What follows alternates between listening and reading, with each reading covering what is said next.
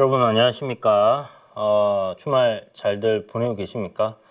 오늘 일요일 찐시황 좀 내용을 좀 민감한 부분들이 있을 수도 있는데 그냥 우리 주식에 대한 내용이다 라고 생각을 해주시고요.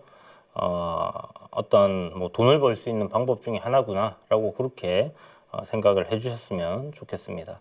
자, 그럼 오늘 찐시황 지금 또 전국이 상황이 또 이런 상황이다 보니 우리는 또 그에 맞춰서 또 접근을 해봐야 되겠죠. 일단 시작은 지난주 한 주를 리뷰를 일단 해보겠습니다. 뭐 국내 증시 사실 뭐 리뷰할 게 있나 싶긴 하지만 그래도 어떤 기술적인 부분이라든지 뭐 이런 것들 뭐 내용들은 다들 알고 계시니까 이렇게 보도록 할게요. 이게 이제 지금 보시는 것처럼 코스피 차트인데 요 지금 하단의 전저점 구간까지 이렇게 밀려 내려왔습니다. 여기 이제 갭 구간을 지지해주지 않겠나 했는데 장중에 뭐 거의 2% 가까이 1.8%가 이제 급락이 나왔고 코스닥은 거의 한 4% 가량 빠졌었죠. 굉장히 안 좋은 상황이었는데 이제 여당에서 그 한동훈 당대표가 이제 윤석열 대통령의 어떤 그 뭐 탄핵에 대한 그런 부분들이 이제 좀 이야기가 되면서 그냥 보시는 것처럼 2021년도의 저점 이런 구간까지 그냥 코스닥이 내려앉아 버렸습니다. 그랬다가 꼬리를 좀 길게 달고 마감을 했고 3.96% 정도 빠졌었네요.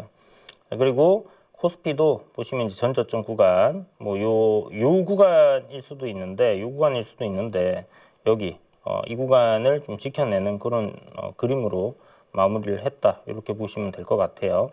자, 그래서 이렇게 보면 이제 그 전저점을 지켜냈기 때문에 꼬리도 달았기 때문에 위로 방향을 쏴줘야 되는 그런 흐름이 될 텐데 이게 지금 외국인들 수급이 들어오지 않는 다음에는 쉽지가 않을 것 같다는 생각이 좀 듭니다.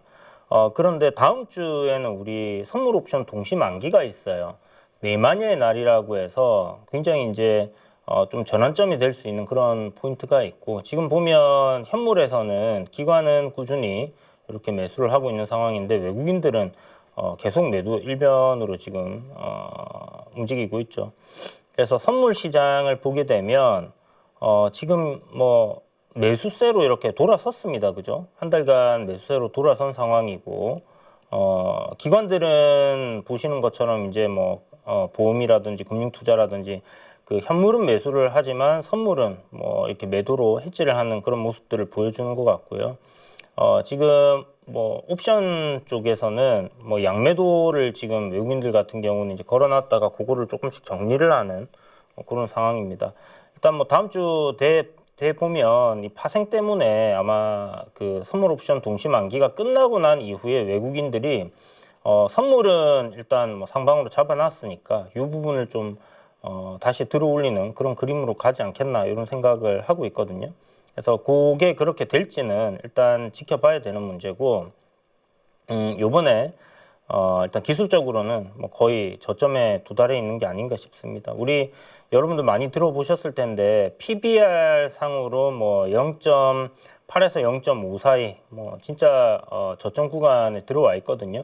근데 뭐 아시겠지만 싸다라는 관점은 계속 지금 나오고 있지만 이게 싸다고 해서 증시가 올라가느냐 그거는 뭐 장담을 할 수 없는 거죠. 그럴 것 같으면 이제 저평가되어 있는 종목들이나 이런 것들이 없어야 되는 게 맞는데 그렇지 않다 보니 그런 걸 생각을 좀 하고 보시되 일단 저는 매수 관점으로 봐야 된다 생각을 해요. 우리가 지난 역사에서 이제 교훈을 얻어야 된다라고 하면 결국은 팬데믹 때도 마찬가지였었고 시장이 많이 어떤 이벤트로 인해서 빠졌을 때 그리고 나서 시간이 지나 보면 결국은 뭐 증시는 이렇게 상승을 해 있었다라는 거죠. 그래서 요번에 뭐 물론 지금 뭐 외국인들이 계속 한국장을 팔고 있는 그런 부분들도 그대로 유지가 되고 있는 상황이긴 하고 또 탄핵이라는 어떤 그런 상황들을 맞이해 있는 그런 불확실성, 정치적인 불확실성이 있는 그런 상황이다 보니 뭐 이런 부분들이 증시는 뭐 좋을 수가 없겠죠.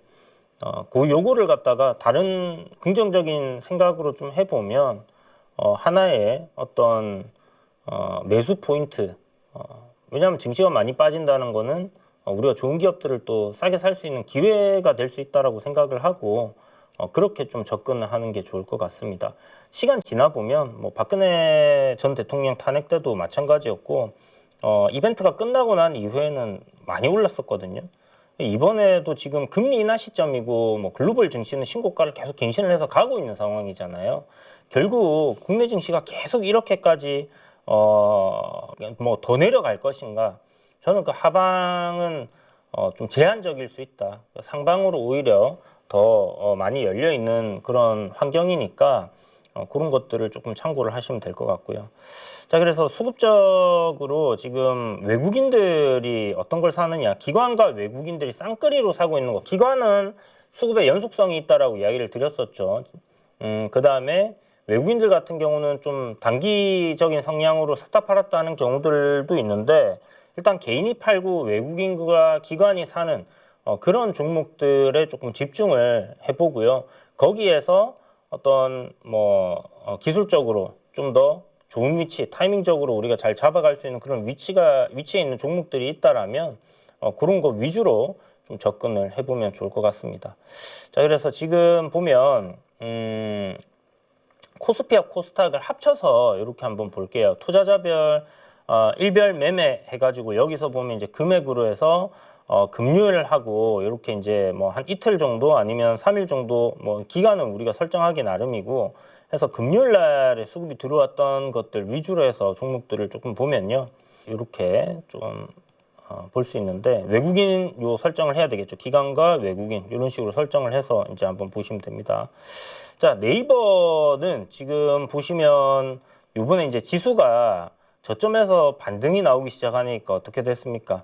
탄력이 굉장히 빠르게 올라왔어요. 그죠? 굉장히 빠르게 올라왔습니다. 예전에 이거 한번 설명을 드렸었는데 시장이 어떤 그 기업의 어떤 악재가 아니라 외부적인 요인으로 인해서 하락이 나왔을 때 그럴 때 올라오는 게 있고 안 올라오는 게 있고 안 올라오는 거 보지 말고 빠르게 반응을 해서 지수가 반등이 나오는 시점에 같이 빠르게 돌리는 그런 종목들 아니면 지수보다 오히려 조금 더 빠르게 움직임이 나오는 그런 종목들을 우리가 매매 대상으로 삼아야 된다는 이야기를 드렸는데 지금 네이버 같은 경우를 보게 되면 굉장히 빠르게 회복을 시켜놨죠. 그리고 이제 종목의 수급 내용을 보게 되면요. 자, 보시는 것처럼 외국인이 지금 뭐 어마어마하게 사고 있습니다. 지금 국장을 팔고 있는 외국인들이 10월 말부터 시작을 해서 그러니까 거의 11월이죠. 10월부터 시작해서 12월 달도 계속해서 순매수를 이어가고 있고요. 여기에 이제 기관들도 같이 사고 있는 게 보일 거예요. 다만 이제 투신이나 사모펀드 같은 경우는 중간중간에 이제 차익 실현했다가 다시 샀다가 뭐 이런 흐름들을 보여주고 있고 차익 실현도 많이 안 하죠. 사는 거에 비해서 많이 안 합니다. 샀던 거에 비해서 차익 실현할 때 조금씩 팔아요. 그런 구간에서 살짝 이렇게 조정들이 나온다라고 보시면 될 것 같고 지금 굉장히 좋은 수급으로 네이버를 이렇게 사고 있다.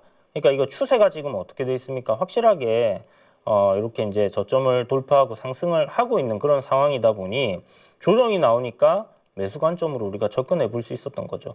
그러니까 앞에 말씀드렸던 것처럼 시장이 지금 뭐 어떤 외부적인 요인에 의해서 안 좋은 그런 상황이 결국은 기회다라는 얘기를 드렸는데 이런 식으로 이제 네이버 같이 조정을 주고 뭐 하단에 보이는 이런 어떤 거래가 크게 터진 돌파가 나온 양봉에 뭐 네이버 기준에는 이게 장대 양봉이 될 수 있겠죠.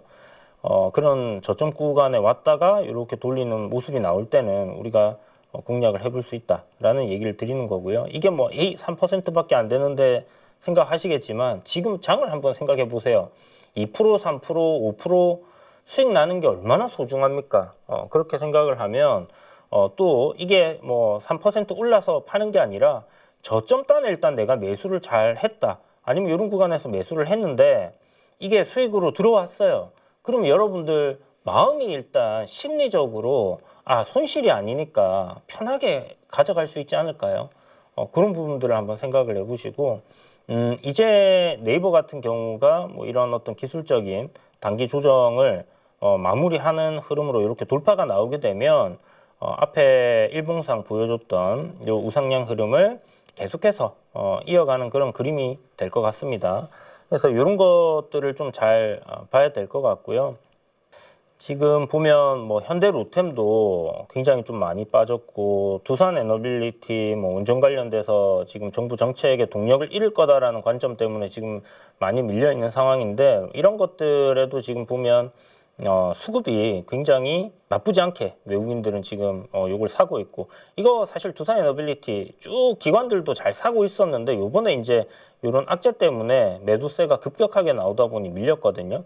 그렇단 말은 이들이 손절이 나가지 않는 다음에는 다시 한번 돌릴 수 있다라는 생각으로 보시면 좋을 것 같고, 그게 방향을 돌리는 시점이 온다라고 하면 그때 매수를 하면 되겠죠. 그러니까 탈원전 때문에 원전주들이 너무 안 좋은 시기를 겪었는데, 지금 정부에서는 이제 원전을 갖다가 막 뭐 정책적으로 부양을 하겠다라는 그런 의지를 보여주다가 요번에 이제 그 정책이 꺾일 것 같다라는 관점 때문에 밀린 건데, 그럼 민주당은 지금 뭐 원전을 아예 배제를 하고 신재생 에너지로만 갈 것이냐? 그렇지 않죠. 이 어떤 합의점을 좀 찾긴 했는데, 문제는 이제 뭐 예산에서 원전 관련된 예산도 삭감을 하고 했던 그런 부분들이 이런 걸 좀 반영을 하는 게 아닌가라는 생각이 들고요. 원전 없이 그냥 신재생으로만 갈 수는 없어요.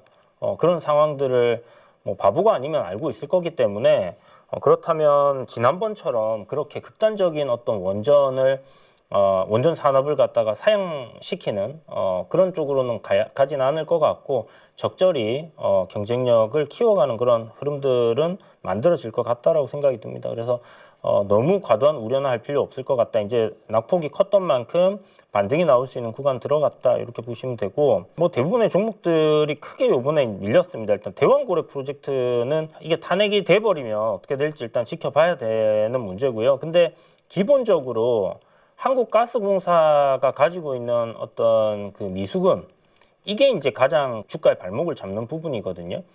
그리고 이제 뭐 성장 섹터가 아니라는, 성장주가 아니라는 부분들이 있는데, 기본적으로 싸다라는 관점으로 본다라면 이 미수금이 싸다라는 부분을 좀 상쇄하는 그런 부분이 있었습니다. 근데 가격을 인상시켰잖아요. 내년에 또 인상이 만약 된다고 했을 때 미수금이 지금 이렇게 가파르게 오르던 게 완만하게 상승하는 흐름으로 바뀌었다는 거죠.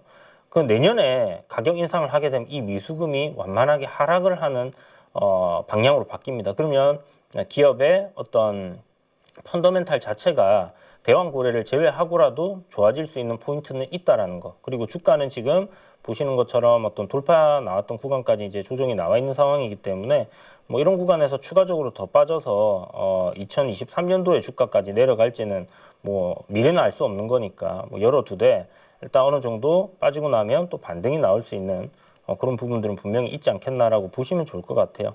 수급적으로 외국인들은 이번 하락을 갖다가 매수로 이렇게 대응을 하고 있다. 사모펀드라든지 이제 투신이라든지 기관들에서 민감하게 이번 모멘텀을 가지고 리스크 관리를 하고 있는 그런 모습입니다. 2차 전지도 지금 보면 뭐 이렇게 나쁘지 않은 흐름이고, 알테오젠도 좀 저점을 잡아주는 모습이었고요. 그런데 일단 요 지금 2차 전지 섹터 내에서는 요 두 개를 봐야 될 것 같은데, 요거 일단 PPT 보면서 이야기를 좀 드려볼게요. 지금 이거 먼저 이야기 드리려고 했었는데, 좀 돌아가서 요거 먼저 이야기를 좀 드리고 다시 앞으로 돌아오는 걸로 하겠습니다. 자, 보시면 차트나 수급으로 이제 보는 종목이나 섹터 이렇게 있는데, 요 네 종목을 일단 간단하게 설명을 드리고 한 10분 정도 요거 하고 10분 정도 이제 대선주들 어떻게 봐야 되는지 여러분들 들어두시면 이거는 뭐 진짜 돈이 되는 그런 내용일 겁니다. 자, 2차 전지 해서 에코프로 BM을 제가 넣어놨어요. 이 차트를 돌아가서 한번 볼게요. 지금 2차 전지 안 좋은데 라고 생각하실 수 있는데, 기술적으로 보는 겁니다. 기술적으로 그 다음에 수급적으로 외국인들이 이 저점단에서 사고 있어요. 단기적으로는 어떤 추세 전환은 아니기 때문에 그냥 반등 정도를 좀 노릴 수는 있는데, 어떤 구간이냐, 여기가 저점이었는데 지금 보시는 것처럼 한 5거래일 정도 내려오다 도지의 캔들이 만들어졌고 거래도 늘었습니다. 금요일 날 장이 안 좋았는데도 불구하고 양봉으로 마감을 했어요. 한 1% 정도 올라서. 이게 일단 긍정적인 포인트고, 그 다음에 쌍바닥을 이렇게 주가가 쌍바닥을 만드는 구간이나 아니면 이중바닥이라고 해서 요 저점보다 조금 높은 곳에서 이렇게 돌려주는 이런 흐름들이 있어요. 바닥을 만드는 쌍바닥의 패턴은 세 가지가 있는데 이렇게 딱 그 가격을 지켜주는 거, 요 가격보다 조금 위에서 올라가는 거, 그리고 그 가격을 이탈했다가 이렇게 올라오는 거, 요 세 가지의 형태가 있어요. 그 세 가지 형태 중에 지금 여기서 올리게 되면 이중바닥 형태가 되겠죠. 1바닥, 2바닥이 만들어지는 그런 모습들이 되는 거고, 그런데 여기서 중요한 포인트가 있습니다. 쌍바닥을 만드는 종목들이 여기 이제 보면 이렇게 만들어진 구간에서 양봉이 하나 나오는 경우들이 있거든요. 그러면 아, 여기를 지켜낼 수 있겠구나 생각을 할 수 있는데 전제 조건은 뭐냐 하면 이런 데서 그러면 뭐 손절 짧게 잡을 수 있으니까 제가 항상 이야기 드리는 손익비 관점으로 접근할 수 있죠. 할 수 있고 다음날 시세가 나오면 뭐 단기적으로 팔아도 되고, 여기가 진짜 바닥이라 생각되면 수익을 담보로 뭐 보유를 해봐도 될 겁니다. 그런데 일단 여기서 중요한 포인트는 뭐냐, 이게 진바닥, 쌍바닥으로 탁 확정이 되려면 흐지부지하게 올라서는 안 돼요. 시세가 요 쌍바닥이라 만들어졌다는 그 모습이 보여졌을 때 다음날 강하게 올라줘야 돼요. 왜냐하면 여기가 쌍바닥인 것 같아라는 사람들이 생각이 모이게 되면 매수로 그게 확인이 돼야 되거든요. 그 매수가 들어왔다는 거는 어떻게 알 수 있냐? 시세가 강하게 올라오는 겁니다. 그래서 그걸로 확인을 해야 되니까 내일 어떻게 보면 요게 시세를 이렇게 뽑아낼 수 있겠죠. 그렇지만 여기는 저항이기 때문에 올라오게 되면 뭐 꼬리를 만들 수 있다라는 정도, 차익 실현이 나올 수 있다라는 정도, 그런 것들을 생각하시고 일단 요게 시가가 상승 출발한다라면 우리가 공략할 수 있는 포인트가 된다. 그리고 여기를 손절로 잡고 이 수익을 담보로 끌고 가본다 했을 때 뭐 2차 전지가 지금보다 더 안 좋아질 수 있을까 하면서 어딥니까? 뭐 지금 트렌드 상단은 여기죠. 요 정도까지는 한번 볼 수도 있을 거고, 거기서 아, 나 뭐 한참 여기서 샀으니까 수익이 꽤 괜찮으니까 요거의 절반을 까먹을 때까지는 내가 가져가겠다 해서 돌파까지 본다 하면 뭐 추세 전환까지도 노려볼 수 있는 거예요. 이런 식으로 여러분들이 매수를 해야 되는 구간에서 매수를 하고 그 매수금을 가지고 장기적으로 볼 때 수익을 편안한 심리에서 수익을 가져갈 수 있는 거지, 물려가지고 계속 길게 보는 거는 정말 어떤 기업의 변화가 크게 들어오는 것들 아니면 안 하시는 게 좋다라는 이야기를 좀 드려보겠고요. 에코프로 BM도 마찬가지예요. 에코프로 BM도 지금 보시는 것처럼 단기적인 어떤 쌍바닥을 만들 수 있는 그런 위치에 있잖아요. 요게 시가를 상승하고 쌓아 올리는 그런 모습이 만들어진다라면 좋은데, 그걸 시가 상승 출발했을 때 이런 양봉을 예상하고 한번 매수를 해볼 수 있는 거고, 또 양봉이 강하게 하나 만들어진다, 거래가 좀 커지면서, 그러면 이게 단기 쌍바닥이 됐다 생각하고 뭐 그날 종가의 매수를 또 해볼 수도 있을 겁니다. 그리고 뭐 하루 이틀 정도 매수를 해서 이렇게 21선 위로 올라서는 거잖아요. 5일선이 이렇게 해서 뭐 한 이런 저항단이라든지 이런 구간들 공략할 수 있을 거예요. 지금 뭔가 우리가 좀 긴 관점으로 종목들을 보면 좋겠지만 대외적인 불확실성이 대내적인 이거는 국가적인 어떤 불확실성이 너무나 큰 상황이잖아요. 그래서 어떤 이런 기술적인 포인트, 그 다음에 수급적인 포인트가 조금 되는 종목들 내에서의 단기 전략도 저는 나쁘지 않을 것 같다라는 관점에서 이야기를 드리는 거고, 길게 보실 분들은 아까 전에 제가 말씀드린 대로 그런 포인트로 활용해서 수익이 날 때 길게 보시는 걸로 보시라는 이야기를 드리는 겁니다. 자, 카페24와 뭐 JYP 엔터, 바이넥스 요 종목들을 볼 텐데요. 바이넥스 같은 경우는 다들 알고 계신 것처럼 이제 CMO, CDMO 관련해서 미국이 이제 배제를 하는 그런 관점에서 수혜가 될 거다고 많이 올랐었어요. 추세가 이제는 상승이 아니라 하락으로 들어가는 그런 모습인 겁니다. 그렇지만 여기에서는 우리가 반등을 한번 노려볼 수 있다. 말 그대로 여기 이렇게 다시 가는 게 아니라 반등 구간이라고 생각을 하고 공략을 하는 거예요. 그러면 너무 수익을 길게 보면 안 되겠죠. 그리고 손절도 명확하게 짧게 잡아야 됩니다. 손절이 명확한 구간이기 때문에 그걸 할 수 있다라고 생각하시면 될 것 같고, 어제 요 저점 자리를 전저점 자리죠. 전저점 자리를 이런 식으로 아래꼬리를 달고 올려줬어요. 그러면 여기서 월요일날 시가가 상승 출발이 나오면 이 저점 금요일날 저점을 이탈하지 않는다면 손익비 관점으로 한번 해볼 만하다. 단기 이평선 지금 수렴이 되어 있는 상황입니다. 여기서 양봉이 나와줘야지 이평선들이 후행성이니까 따라 올라오면서 정배열로 바뀌는 그런 구간으로 들어갈 수 있는 거예요. 아시겠죠? 그래서 요거를 뭐 요런 요 2만 원까지 본다 하면 뭐 어떻게 됩니까? 요게 뭐 요런 예를 들어서 여기에서 시가에서 샀다 해도 한 15%, 14%가 올라갈 수 있는 구간이니까 반등을 노리고 수익을 낼 수 있는 그런 포인트가 된다. 그리고 이 수익을 담보로 해서 이거 아무리 생각해도 뭔가 미국에서 중국 때리기 이런 것들 계속 될 것 같고 이 저점은 이탈시키지 않고 상승으로 다시 올라갈 것 같아. 그렇게 생각이 되시는 분들은 더 끌고 가셔도 되겠죠. 조금 더 끌고 가시면서 아니면 뭐 절반은 익절하고 절반은 조금 더 본다든지 3분의 2는 익절하고 3분의 1은 끌고 간다든지 이런 식으로 해서 수익을 좀 더 극대화시킬 수 있는 전략들을 취해 보실 수 있을 거예요. 어떨 때? 수익이 나고 있을 때. 손실이 나고 있을 때는 그냥 재빠르게 끊어내 버리는 겁니다. 그래서 명확한 손절 구간이 있는데 우물쭈물하거나 망설이게 되면 안 된다라는 거. 그러면 이런 전략을 여러분들께 이야기 드리는 것들이 아무 쓸모가 없어지는 거죠. 자, 그러면 이제는 반등 구간에 있었던 종목들을 이야기 드렸고 이제는 조금 긴 관점으로 우리가 볼 수 있는 추세적인 상승을 하고 있는 종목들, 뭐 네이버도 추세적인 상승이기 때문에 조금 더 여유 있게 그 방향대로 우리가 볼 수 있는 거였어요. JYP 엔터도 이제 아래에서 요 이야기를 드리고 난 이후에 꽤나 많이 상승이 나왔는데 현재 시점이 어떤 구간이냐?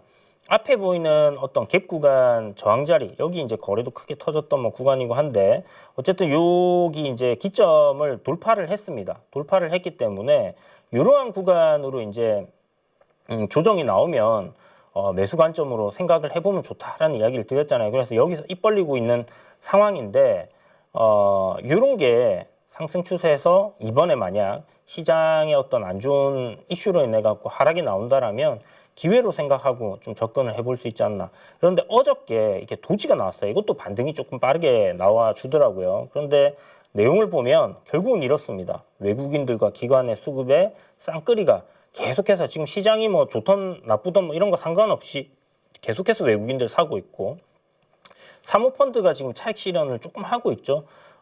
이들이 이제 샀던 물량 정도를 차익 실현으로 하는 것 같고요. 다시 저점을 잡고 방향을 돌리기 시작하면 저는 또 매수가 들어올 가능성 여전히 있다 이렇게 생각을 합니다. 그래서 일단은 21선까지의 눌림 나올 수 있다라고 생각을 해두시되 요게 상승 출발하면 단기적으로 이런 트렌드를 돌파를 하는 모습이 될 거예요. 그죠? 그러면 이게 올랐다가 눌림을 받고 상승을 하는구나 라고 해서 공략을 해볼 수 있는 포인트다 라고 생각을 하시고 보시면 될 겁니다. 엔터주들 뭐 이야기는 여러분들 다들 왜 2025년도에 뭐 완전체 복귀하고 저저저거 뭐 여러분 얘기 드렸죠. 뭐 그룹 11개가 이제 수익을 내는 그런 상황으로 간다라는 거. 카페24와 바이넥스. 자, 카페24는 지금 보시는 것처럼 방향을 요 240선, 아까 전에 바이넥스도 240선 구간에서의 어떤 쌍바닥 자리였거든요. 그래서 그런 포인트들도 여러분들이 좀 생각을 하시고 보시면 되고 지금 보시는 것처럼 이 추세 저항을 돌파를 시켰습니다. 이때 보시면 여기 저항 자리도 돌파를 시켰어요. 그죠? 이거 조금 크게 차트를 확대해서 보여드릴게요. 보시면 기술적으로 이런 저항 자리들이 있는데 이 저항을 이때 이제 한번 테스트하고 뚫어내는 모습을 보여줬고 앞에 요런 그 지지 저항 자리 이건 추세 저항이고 이건 지지 저항인데 이 저항 두 개를 갖다가 다 돌파를 했다는 거죠. 그래서 여기서 이 추세 저항을 돌파하고 이 눌림을 돌파 이후에 눌림을 한번 받았고 다시 방향을 나는 상방으로 가고 있는 길입니다라는 걸 보여주는 모습을 지금 한 3, 4일 정도 보여주고 있는 그런 상황이에요. 그러니까 올랐다 내렸다 올랐다 내렸다 다시 올라가는 그런 흐름을 보여주고 있는 거죠. 어떤 밸류적인 부분이나 이런 거는 저는 사실 카페24에 대해서 별 기대를 안 하고 있어요. 그런데 수급이 보시면 외국인들, 기관, 사모펀드 뭐 다 좋게 사고 있죠. 지금 기관과 외국인들이 쌍끌이로 사고 있다는 겁니다. 해외에서 지금 잘 가고 있는 섹터가 어디냐? 소프트웨어 관련된 종목들이에요.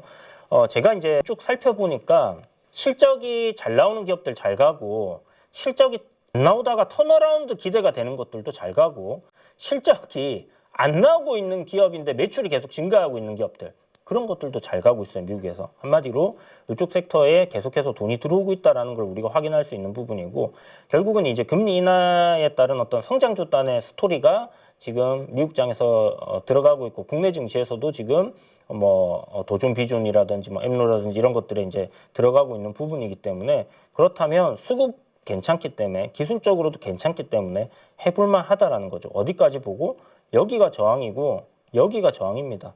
이런 저항단을 돌파하려는 시도가 나올 수 있다라는 관점으로 그렇게 짧게 대응을 하는 건데, 조정 나올 때 이런 거는 이제 이런 저점을 이탈하지 않으면 보유를 하면 되겠죠. 왜? 기준봉이 딱 잡혀 있잖아요. 그러면 여기 시가를 딱 잡고 이탈 나오지 않으면 그 아래에서 조정 나올 때 보고 있다가 돌릴 때 사면 됩니다. 그렇게 해서 요만큼의 폭을 먹던 이 수익금을 담보로 해서 신고가를 노려보던 그런 식으로 해가는 거죠. 아까도 말씀드렸지만 절반 익전하던 3분의 1을 익절하던 그런 식으로 해서 전략을 잡아드린 거니까, 이렇게 여러분들 다음 주는 한번 노려보시면 괜찮지 않겠나라는 생각이 들고요. 자, 이주연 이사님이 항공주들을 얘기를 하던데, 오늘 사실 이 대한항공에 대해서 좀 집중적으로 이야기를 드리려고 했는데 항공주들 얘기를 거의 다 하신 것 같아요. 그래서 그거 보셨던 분들을 참고하시고, 앞에 안 보셨던 분들은 이주연 이사님 영상 한 번 더 참고를 하시면 될 것 같고, 그냥 이거 기술적인 포인트와 수급만 이야기를 드릴게요. 간단하게 아시아나항공 합병 이야기 다들 알고 계실 거고, 10대 항공사 도약하는 거 미국에서 항공주들 신고가로 다 들어가고 있는 거 알고 계실 겁니다. 실적이 좋은 기업이고 저평가되어 있어요. 자, 그런데 위치가 나쁘지 않습니다. 한국은 그 항공주들 미국 잘 가는 거 따라서 못 가는 모습을 좀 보여줬었는데, 이번에는 좀 따라가고 있다. 대한항공은 따라가고 있다라는 걸 볼 수 있는 거고, 이렇게 놓고 보시면 앞에 저항 구간 이렇게 딱 생각을 할 수 있는 구간이죠. 여기에 딱 오니까 반등이 탁 올라왔습니다. 얘도 꼬리를 길게 달아주면서 좋은 모습이었는데, 이거를 제가 금요일 날에 올려드렸던 자료, 매매 자료 보시면 이 매매 자료가 있고 투자 자료가 있고, 투자 자료에 대한항공을 넣어놨어요. 왜 대한항공을 넣었냐? 결국 항공 섹터들이 지금 굉장히 좋아지고 있는 그런 시점이기 때문에, 그리고 이제 대한항공의 어떤 불확실성이라고 하면 어떤 합병이 이제 안 될 수 있다라는 그런 부분이었는데, 그거 이벤트도 끝났습니다. 그리고 나서 지금 조정이 나오고 있는 상황인데, 보시면 이 채널 안에서의 움직임을 계속 이어가고 있죠. 채널 상단 맞고 하단까지 내려온다라면 더 좋고요. 근데 거의 지지라인 부근에서 어제 꼬리를 잡아줬고, 요 61선 부근으로 조정 나와서 돌리는 모습이 만들어진다. 그러면 사볼만 하고, 이게 나는 조금 더 기다렸다가 5일선 위로 안착하는 거 보고 살래. 그렇게 하셔도 괜찮을 것 같아요. 일단 수급적으로도 보시는 것처럼 외국인들이 최근 하락을 활용을 해서 매수를 하고 있고요. 이렇게 그 기관들의 쌍거리가 이어지고 있다. 그래서 수급적인 요인을 보고 우리가 거기에 좀 편승을 해서 가면 좋을 것 같고, 밸류적으로도 지금 이게 8조 9천억밖에 안 됩니다. 그러니까 9조라고 칩시다. 9조인데 지금 나오고 있는 영업이익, 내년도 2조의 영업이익을 예상을 하고 있어요. 그러면 엄청 싼 거죠. 퍼가 10배가 안 되는 거죠. 퍼 5밖에 포워드 실적으로 5밖에 안 되는 거니까 충분히 좀 더 끌고 가셔도 좋을 것 같고, 저는 여기서 못해도 한 10%는 우리가 충분히 또 수익을 낼 수 있는 그런 부분들은 있다라는 생각을 하고 있습니다. 환율이 지금 좀 급등을 해 있는 상황이기 때문에 조금 그 유가가 안정을 보이고 있는 상황에서 요거는 긍정적인 포인트라고 생각을 하긴 어렵겠지만, 결국 저는 이제 시장이 안정을 찾으면서 환율도 어느 정도 안정을 찾아갈 거라고 생각을 하거든요.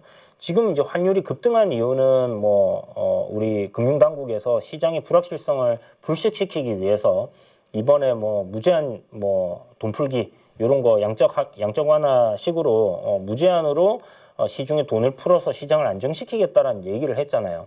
그게 사실은 말만으로 심리 효과를 받아서 안정을 찾으면 되는 건데, 이게 실질적으로 돈을 뿌리기 시작하면 그때는 굉장히 좀 골치 아파질 것 같습니다.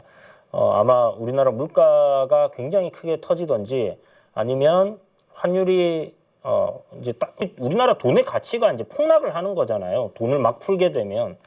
그렇기 때문에 그게 이제 안 좋은 쪽으로 이 환율 쪽으로는 작용을 할 가능성이 높고, 수출 기업들은 어느 정도 좋을 수 있겠지만 이런 식으로 어떤 그 고정 비용 에너지 같은 것들을 외부에서 들여와야 되는 기업들에게는 속 좋지 않은 스토리가 될 수도 있다는 거. 그래서 단점들까지 이렇게 이야기를 드렸으니까 그 내용들을 한번 보시고요. 저는 일단 베팅을 해볼 만하다라고 생각을 하고 있고, 뭐 투자의 관점으로 분할 매수를 해서 조금 길게 가져간다고 했을 때 수익을 낼 수 있는 종목이라는 생각이 들기 때문에 그렇게 이야기를 드리는 부분이니까 한번 또 미국에서 신고가 흐름들 쭉쭉쭉쭉쭉 계속 가게 되면 결국 뭐 글로벌 10대 항공사인데 수혜를 입지 않겠나라는 관점으로 그렇게 보시면 될 것 같습니다.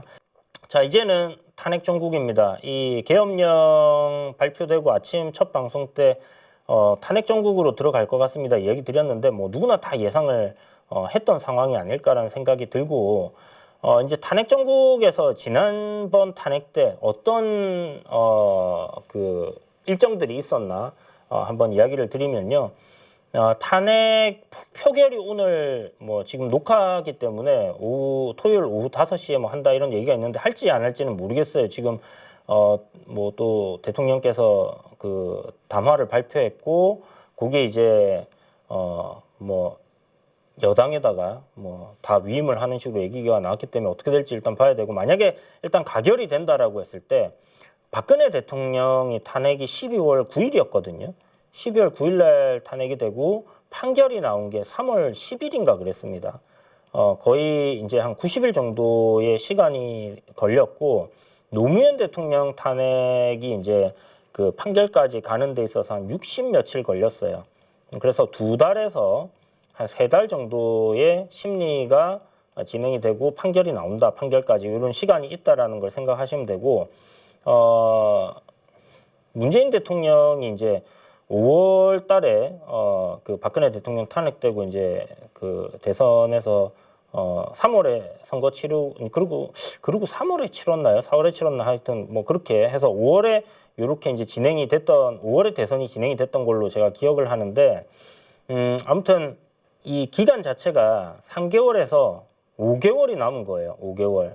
일단 뭐 어찌 됐든 간에 그 남은 임기 동안 총리가 뭐 2년, 3년 계속 하겠다 이렇게는 안 될 거니까 결국 누군가를 우리가 뽑아야 되는 시점은 다가올 거란 말이죠.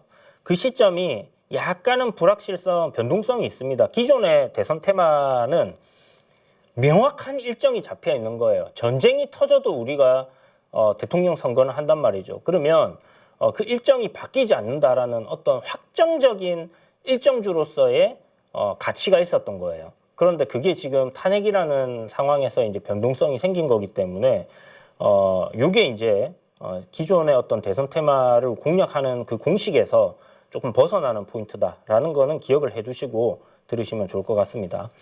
자, 그래서 이제 뭐 요 정도 일정이 이제 이렇게 기간이 남아 있다, 3에서 5개월 정도의 기간이 있다라고 생각을 하시면 되고, 그 기존에는 이제 요날 선거를 하는 날이다, 요날이 이제 선거일이다라고 하면 선거일로부터 1년 전에 대부분의 그 인맥주들이 피크를 치고 떨어지고 있는 시점일 거예요. 원래 우리 이 선거라는 거는 12월 달에 했습니다. 그죠? 12월에 했는데 박근혜 대통령 탄핵되면서 이게 선거일이 바뀌어버렸죠.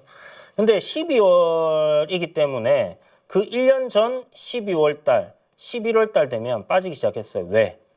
1년 동안 대선 테마들이 보통 2배에서, 최소 2배에서 10배 정도가 올라요.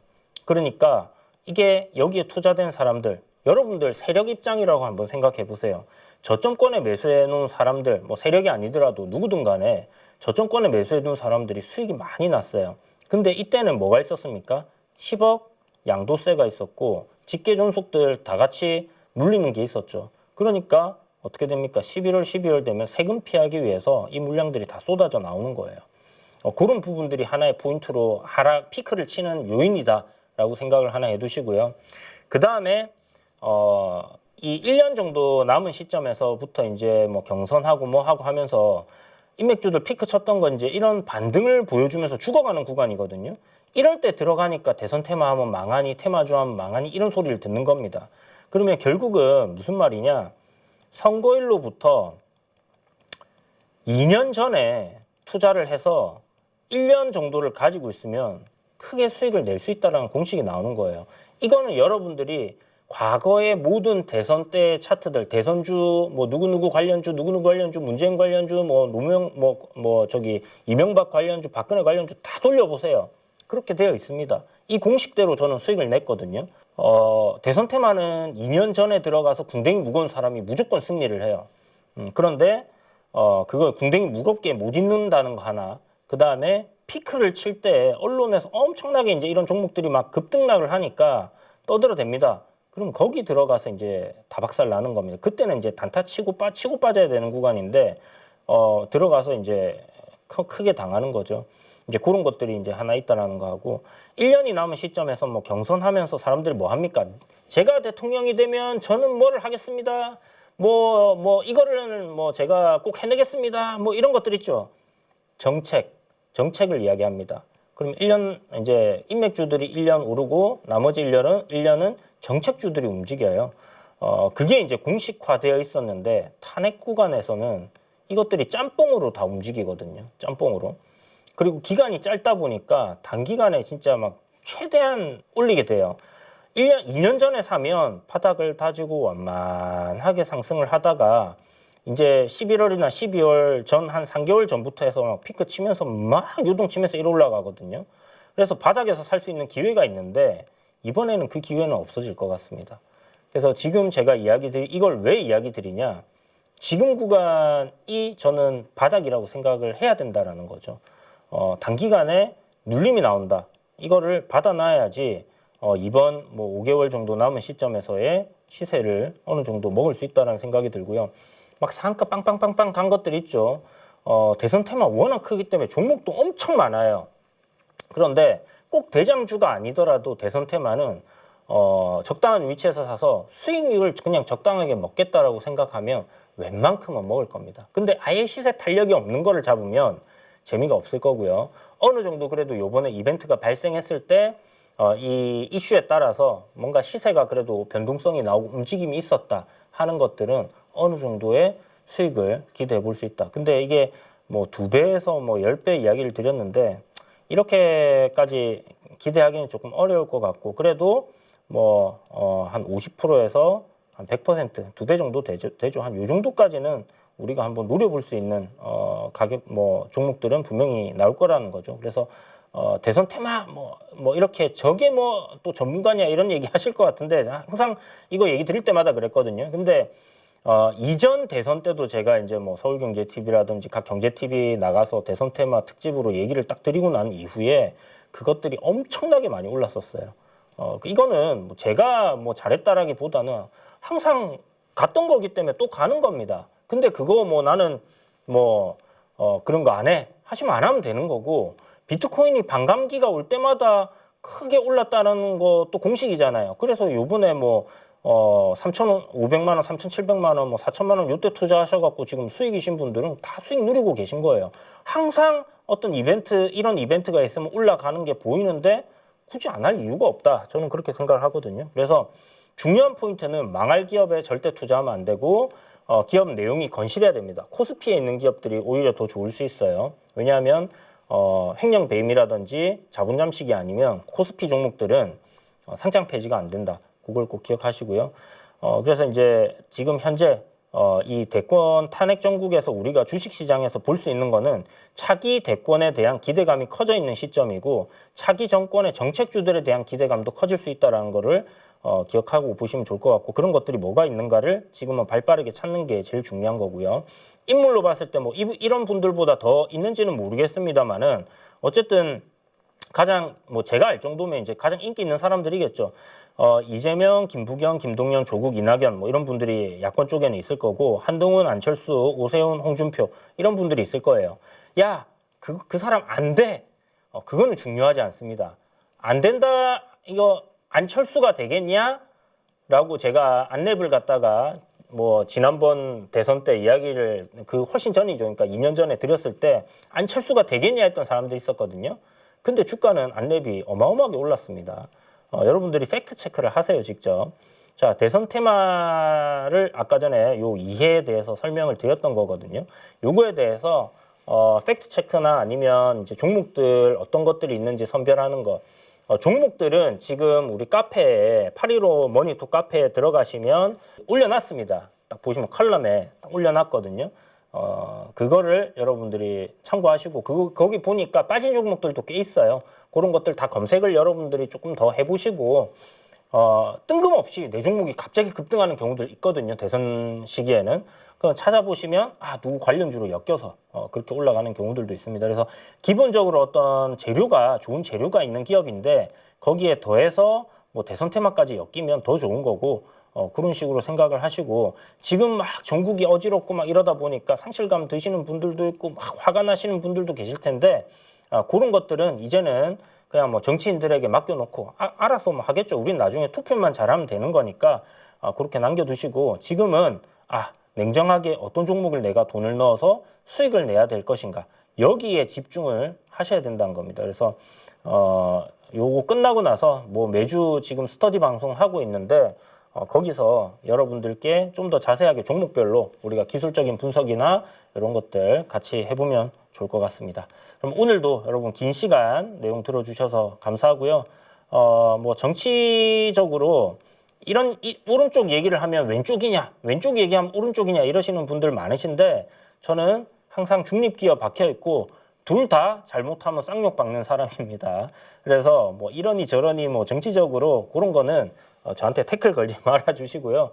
그냥 돈을 벌자.